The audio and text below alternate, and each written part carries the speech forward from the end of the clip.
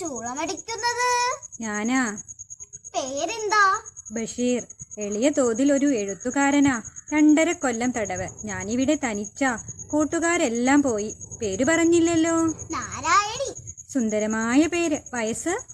22. സുന്ദരമായ വയസ്സ്. കഠിന തടവാണല്ലേ? 14 വർഷം. കൊലക്കുറ്റമാണല്ലേ?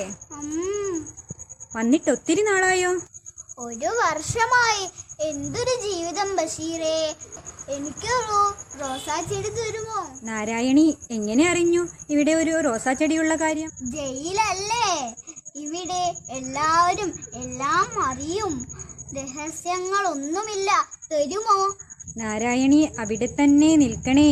ഞാനിപ്പോ കൊണ്ടുവരാം, കേട്ടോ? കേട്ടു.